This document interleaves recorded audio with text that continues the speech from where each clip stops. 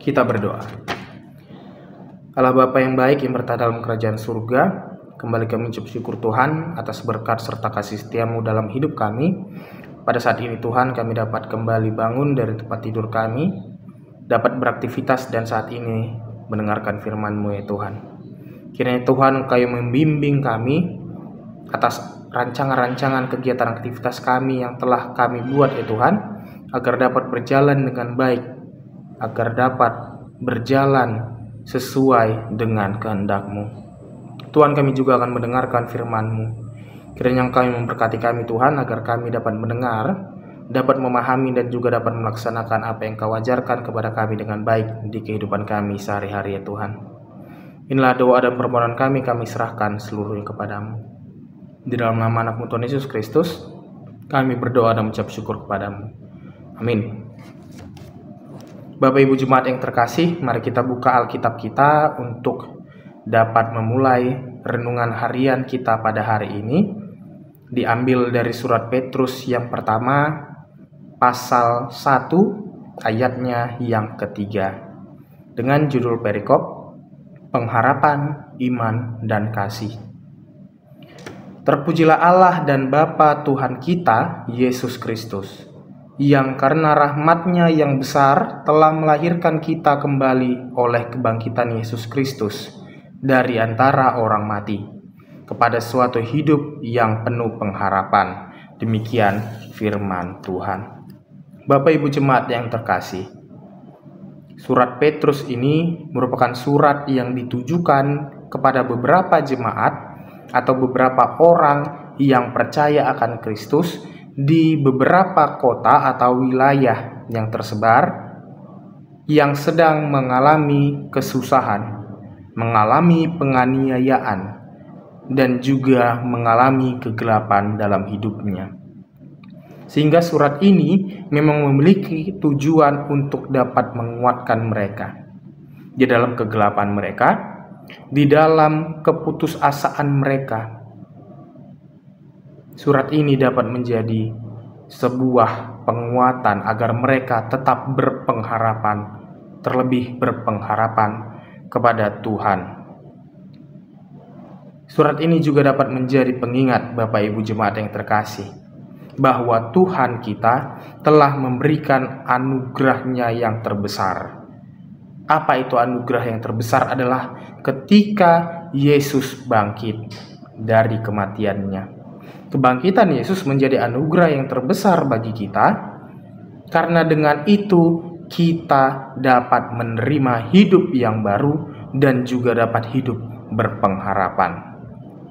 Bapak Ibu Jemaat yang terkasih, ada beberapa poin yang bisa kita ambil, yang bisa kita maknai dan pelajari melalui ayat ini. Yang pertama adalah kemurahan Tuhan yang melahirkan kita kembali. Kalau kita lihat di awal ayat, kita dapat melihat bahwa Petrus menuliskan pujiannya kepada Tuhan, bahwa ia memuji Tuhan. Ini merupakan sebuah ungkapan rasa syukur Petrus kepada Tuhan. Rasa syukur atas apa? Rasa syukur atas kehidupan yang dilahirkan kembali. Rasa syukur bahwa kita telah dilahirkan kembali dan juga menerima hidup baru. Tentunya ketika berbicara kelahiran kembali, kita tidak sedang membahas kelahiran jasmani, karena tidak mungkin juga kita dapat lahir dari rahim lagi Tetapi kelahiran yang baru yang dimaksud ini adalah kelahiran rohani. Bagaimana dari kehidupan yang gelap, kita dapat lahir baru di kehidupan yang terang. Dari masa kesuraman menjadi masa kebahagiaan, dan itulah yang ingin disampaikan oleh Petrus. Poin yang berikutnya adalah hidup dalam pengharapan. Dalam ayat ini juga Petrus mengatakan kepada suatu hidup yang penuh pengharapan. Pengharapan yang dimaksud bukanlah pengharapan yang rapuh, bukan pengharapan yang mudah patah dan pudar, tetapi adalah pengharapan yang hidup. Apa maksudnya pengharapan yang hidup? Pengharapan yang hidup adalah pengharapan yang kekal, pengharapan yang berkembang, dan juga pengharapan yang tidak pudar. Jadi bukan justru mundur, tetapi terus maju untuk berkembang, dan itu adalah pengharapan yang hidup. Terus bergerak, terus berkembang, dan tidak pernah pudar. Poin berikutnya adalah kebangkitan Kristus yang menguatkan pengharapan kita.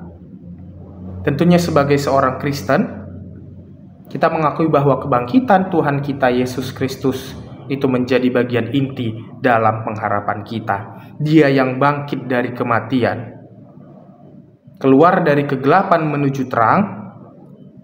Dia yang melawan orang-orang yang telah menganiaya dia, yang telah menyepelekan dia, yang ia lawan melalui kebangkitannya tersebut, sehingga menunjukkan kepada kita hingga pada saat ini bahwa kematian bukanlah akhir.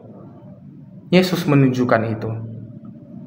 Dengan apa? Dengan cara dia melawan maut, mengalahkan maut tersebut, yaitu dengan kebangkitannya. Sehingga kita juga dapat melihat bahwa inti dari perjalanan hidup kita, inti dari kehidupan kita bukanlah kehidupan sementara yang saat ini kita jalankan. Fokus kita bukan sekedar pada kehidupan yang sementara ini, tetapi pada kehidupan yang kekal, sehingga pengharapan kita bukanlah pengharapan akan dunia, tetapi pengharapan akan keselamatan yang bersumber dari Tuhan. Mari kita mengucap syukur atas keselamatan yang diberikan Tuhan kepada kita. Mari kita mengakui bahwa Tuhan telah menyelamatkan kita, dan mari kita respon dengan baik keselamatan tersebut, sehingga pengharapan kita bukan sekedar pengharapan yang mati, tetapi pengharapan yang hidup dan terus berkembang. Amin. Kasih karunia dari Tuhan Yesus Kristus, serta kasih setia Allah Bapa, dan persekutuan Roh Kudus memberkati dan menyertai kamu sekalian hari ini, esok, dan sampai selama-lamanya. Amin.